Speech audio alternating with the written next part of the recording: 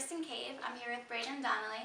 He's one of our photographers for the New Brunswick Art Salon Photography 2018, a Facility for Photogenia exhibition. Thank you so much for being here with us today and for exhibiting your artwork with us. Thank you. Thank you for choosing me and giving me this opportunity. So why did you choose photography over other artistic media?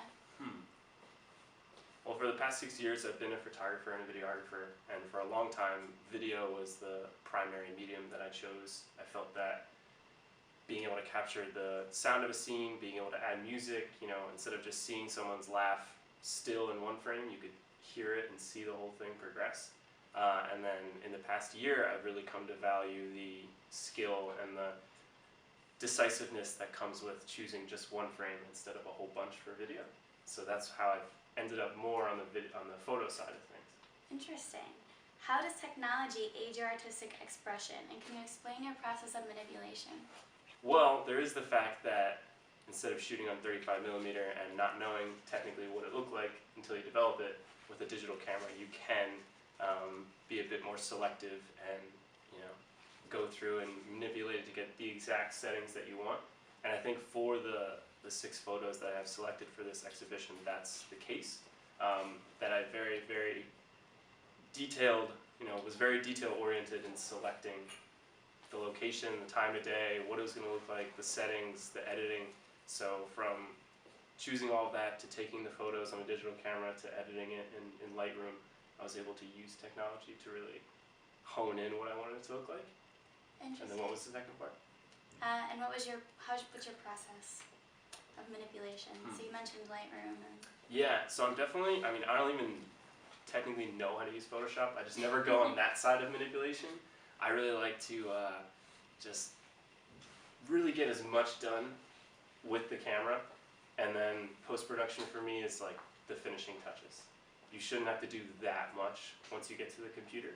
I'd rather do as much as I can with natural light, with kind of getting a few different angles, with communicating who I'm shooting with, all during the shoot before I actually have to even think about doing any post-production. Cool. Yeah.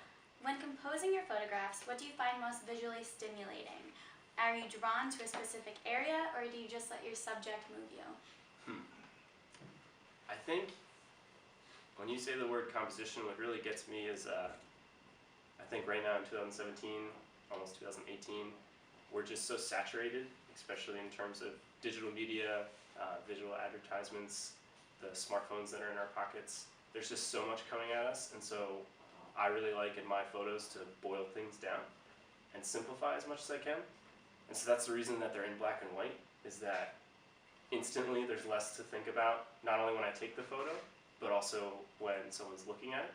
It's not, oh, there's this distracting bright yellow up in the corner, or those colors don't really match, or something like that. It's, you're instantly looking at the subject, and you're instantly looking at what's going on instead of being distracted by things like color.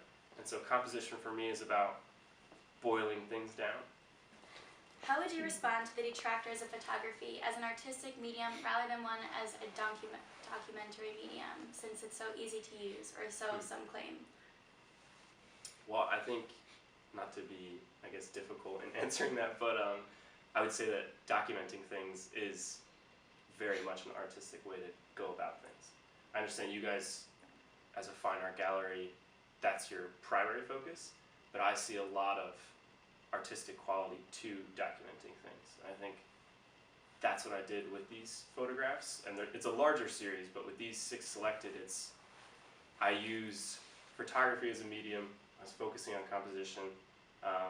I was looking at it and making it this fine art product, but I would say overall it was a process of documentation for me, in looking at mental health issues and a way to put something that's so intangible into a tangible frame, literally hanging it on a wall so other people can see it and have that conversation about it.